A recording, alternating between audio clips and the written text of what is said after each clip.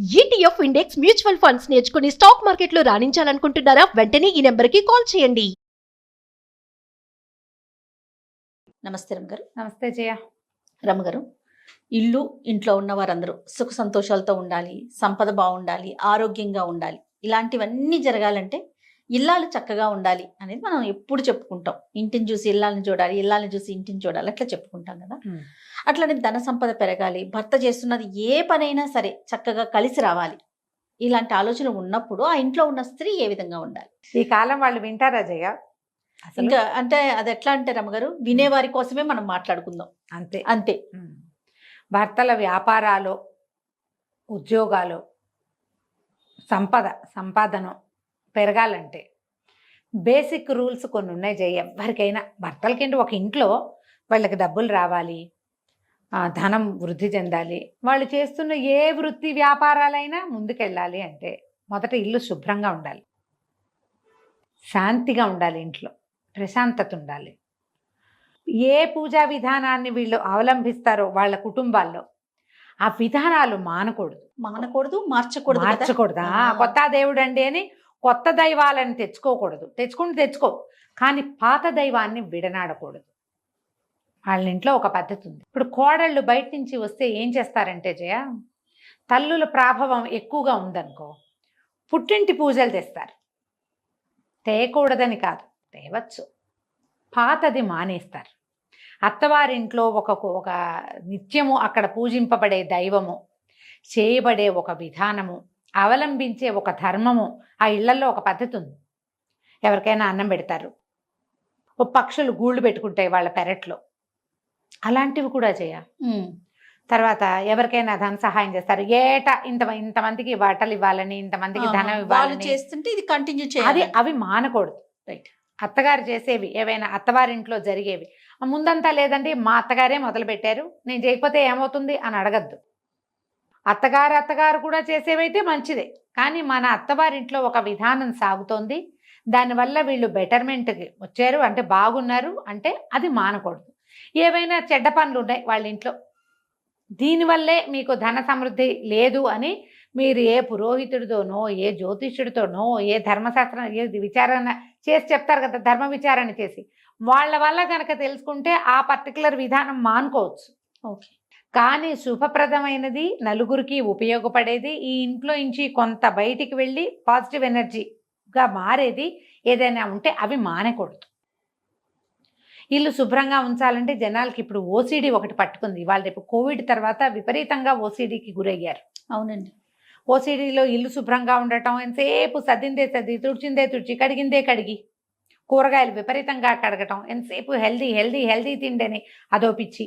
Period issues, అది కలుపుకుంటే ఏమొస్తుందో, ఇది కలుపుకుంటే ఏమొస్తుందో, అది కలిసిపోయింది కాబట్టి అదేదో అవుతుందేమో, ఇలాంటి భయాలు పిచ్చల కింద ప్రబలిపోతున్నాయి.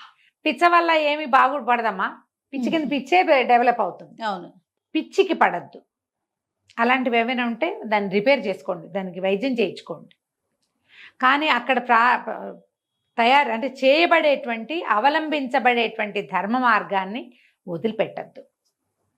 సాధారణంగా ధన సమృద్ధి అనగానే లక్ష్మీదేవి, ఈశ్వరుడు రెండు విధానాలు ఉండాలి. లక్ష్మీదేవికి పూజ, మామూలుగా లక్ష్మికి పూజ అంటే మనం లక్ష్మీదేవిని పెట్టుకుని లక్ష్మీ అష్టోత్తర శతనామావళి చేసి నిత్యలక్ష్మి పూజ చేయటమే కాదు. లక్ష్మీదేవికి కొట్లాటలు ఉంటే నచ్చదు. మీరు పక్కింటి వాళ్ళతో పోట్లాట, వాకిట్లోకి ఎవరైనా వస్తే పోట్లాట, స్విగ్గీ జొమాటో వాడు వస్తే ఆ వాళ్ళతోటి కూడా వాదన, వాళ్ళతోటి కూడా వాదిస్తారమ్మా. ఏంటో సార్ అనలేదని, అవునన్నారని, మర్యాదగా మాట్లాడలేదని, ఎవరో ఒకటితోటి పోట్లాట. ఇందులో ఆడమగా తేడా లేదమ్మా పోట్లాటలకి. అన్నిటికీ పోట్లాడము. ఇంట్లో వాళ్ళే మా భార్య భర్త కొట్టుకుంటూ ఉండటం, అత్త కోడళ్ళు కొట్టుకోవటం, వీటి వల్ల సమృద్ధి రాదు. అవి తగ్గించుకోండి.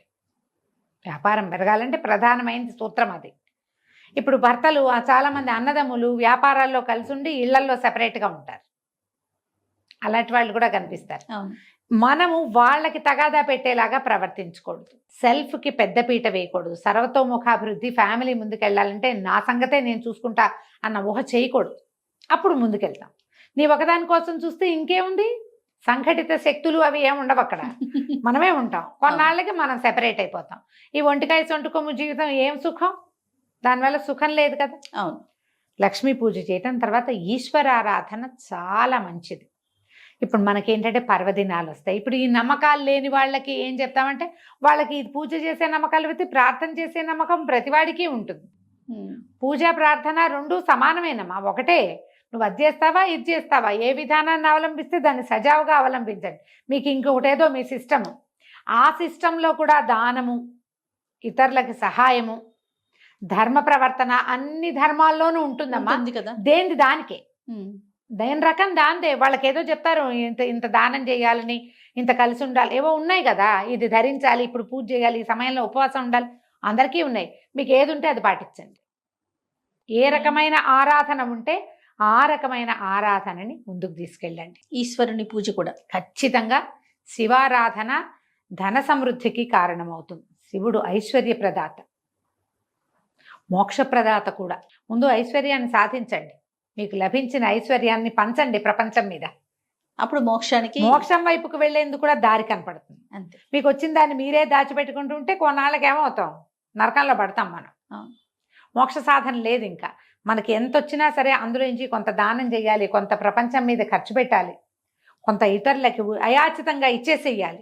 వాడు అడిగితే ఇవ్వడం కాదు, నీ అంతటి నువ్వే ఇస్తూ ఉంటే వస్తూ ఉంటుంది.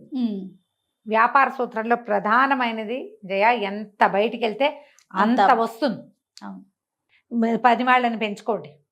అందరివి ఒక 10 కుటుంబాలు, 10 మంది ఉన్నారు మీ దగ్గర, 50 మంది ఉన్నారు, వాళ్ళందరూ బాగుండేలాగా చూసుకోండి.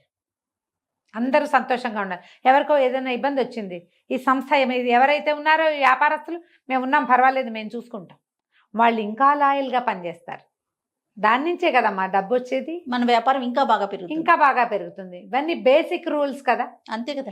ఇవి ఒకళ్ళలో ఉంటే సరిపోదు జయ, మంది మీదకి వెళ్ళాలి ఇవి. ఇప్పుడు ఒక ఫ్యామిలీ పెద్దకి ఈ రకమైన అవగాహన ఉంది, మిగిలిన వాళ్ళంతా వ్యతిరేకించకూడదు. వాళ్ళు వ్యతిరేకిస్తుంటే వాళ్ళని కూర్చోబెట్టి వాళ్ళకి అర్థమయ్యేలాగా చెప్పాలి. ఇది మన వ్యాపార సూత్రం, ఇదే మన ఐశ్వర్యానికి కారణం. ఇలాగే ఉండాలి. దీన్ని ఈ రకంగా మీ ఐడియాలజీ అంతా బయట ఏదైనా చేసుకోండి, ఈ ఫ్రేమ్లో మాత్రం ఇంతే మీరు, అంతే. ఇలా ఖచ్చితమైన నియమావళి గనక ఈ ఇళ్లల్లో ఉంటే ఆడవాళ్ళకి ఉండాలి. మగవాళ్ళు దానాలు చేసేవాళ్ళైనా ఆడవాళ్ళ చేతులు చిన్నవనుకో కష్టం, ఇంకేమిస్తారు. అవును కదా. పూర్వం అట దీని మీద చిన్న కథ చెప్తా చూడు. ఒక ఆయన పిసినారు, వాడు వ్యాపారస్తుడు, బాగా సంపాదించాడు. భార్య ఆవిడకి ఏంటంటే ఇలా సంక్రాంతి వచ్చిందంటే దానం చేసేయాలి, 4 బస్తాలు అక్కడ పెట్టించు, నేను దానం చేసుకోవాలనేది. ఆవిడ పెద్ద పెద్ద అరిచేతులు, తీసిందంటే తవ్వేడొస్తాయి. అయిందా. ఆయన ఏం చేశాడు, కుమారుడికి పెళ్లి చేశాడు. 22-21 ఏళ్ళు వచ్చినాయి, పిల్లకి 16 ఏళ్ళ చిట్టి పిల్ల, అందమైన పిల్లని చేసుకున్నాడు. ఆ పిల్ల ఆయనకి తెగ నచ్చింది. దాని బుజ్జి చేతులు, చిట్టి చేతుల పిల్ల. కొంతమంది ఉంటారుగా. అక్కడి నుంచి పెళ్ళి అవగానే ఏమన్నాడు, ఏమే ఇన్నాళ్ళు నువ్వు చేసావు దానం, ఇక నుంచి కోడలు చేస్తుంది, నువ్వు ఇంకా బియ్యము దానం చేయడానికి పూనుకోవద్దు. ఓకే. వాళ్ళు నవధాన్యాలు వాకిట్లో పెట్టించాడు. దాన్ని 9 కాదులే, కొన్ని గోధుమలని జొన్నలన్నీ పెట్టించారు. అమ్మ జొన్నలు పెట్టమ్మా అన్న వాళ్ళకి జొన్నలు పెడుతుంది. అత్తగారు పీటికలతో పెట్టింది అనుకో దోసెడవుతాయి అవి. కోడలు పీటికలతో పెడితే కిందే అవుతాయి, ఎక్కువ ఉండవు. అమ్మాయి చక్కగా దానం చేయమ్మా నువ్వు అని కోడలు కప్పచెప్పాడు. కోడలు కప్పచెప్తే కోడలు ఏం చేసేది, 1 పిడికిలు చాలదు, 3 పిడికిళ్ళ దానం దాని పుట్టింట్లో అది నేర్చుకుంది. ఈయన 3వ రోజు సాయంత్రం ఊరు నుంచి తిరిగి వచ్చాడు, చూసుకున్నాడు బస్తాలన్నీ ఖాళీ. పిల్ల కనుక పిడికిడితో కాదు దోసెడితో పెట్టినా ఎక్కువ పోవే, సగం పైగా ఉండాలి. ఆశ్చర్యపోయాడు, ఇదేమిటి ఇటా అయింది అని ఆ అమ్మాయిని అడిగాడు. అమ్మాయి అందరికీ దానం చేసామండి. చేశాను మామయ్య గారు, చక్కగా చేశానండి. మెల్లిగా భార్యను పక్కకి తీసుకెళ్ళి అడిగాడు, ఏమే దాన్ని చెయ్యి చూడు, ఆ పిల్ల చెయ్యి అంతే, చిట్టి పద్మం వల్ల ఇంతే చెయ్యి, అది ఎంత పెట్టినా వెళ్ళవే, ఎంతమందికి పెట్టినా ఇటా పెట్టింది, మొత్తం ధాన్యం అంతా అయిపోయింది, అన్ని బస్తాలు ఖాళీ అయిపోయినాయి, ఏం మిగలేదు, కనుమ నాటికి ఖాళీ మొత్తం. అడిగితే ఈవిడ చెప్పింది, నేను 1 దోసెడే పెట్టేదాన్ని, దాని వాళ్ళ పుట్టింట్లో వాళ్ళ నాన్నగారు 3 పిడికిళ్ళు పెట్టించేవాట, 3 దోసెలు పెట్టించేవాట. 3 దోసెలు అత్తగారి దోసెల కంటే పెద్దవే అవుతాయి. అంతేగా. పిల్ల అలవాటుగా పెట్టింది, నువ్వు దానం చేయమని ఇచ్చేవు. ఆయన నెత్తి మీద చెయ్యేసుకున్నాడు. వెళ్ళే అలవాటు ఉంటే మన ఇంట్లో నుంచి ఎట్లయినా వెళ్ళిపోతుంది. ఆ దారి చెయ్యండి. పిల్లలకి కూడా అట్లా డొనేట్ చేసే అలవాటు చేయండి. పిల్లల పాత బట్టలు డొనేట్ చేయండి, పాత పుస్తకాలు డొనేట్ చేయండి, కొన్ని కొత్త బట్టలు కొత్త పుస్తకాలు కూడా చేయండి. పాతవే చేసి ఊరుకోవద్దు, అవును. కొత్తవి కూడా చేయండి. చదువుకునే పిల్లలకి చదువు చెప్పించండి. పని వాళ్ళ పట్ల అతి కఠినంగా వ్యవహరించద్దు. చెయ్యి విడిస్తే సంపద వస్తుంది.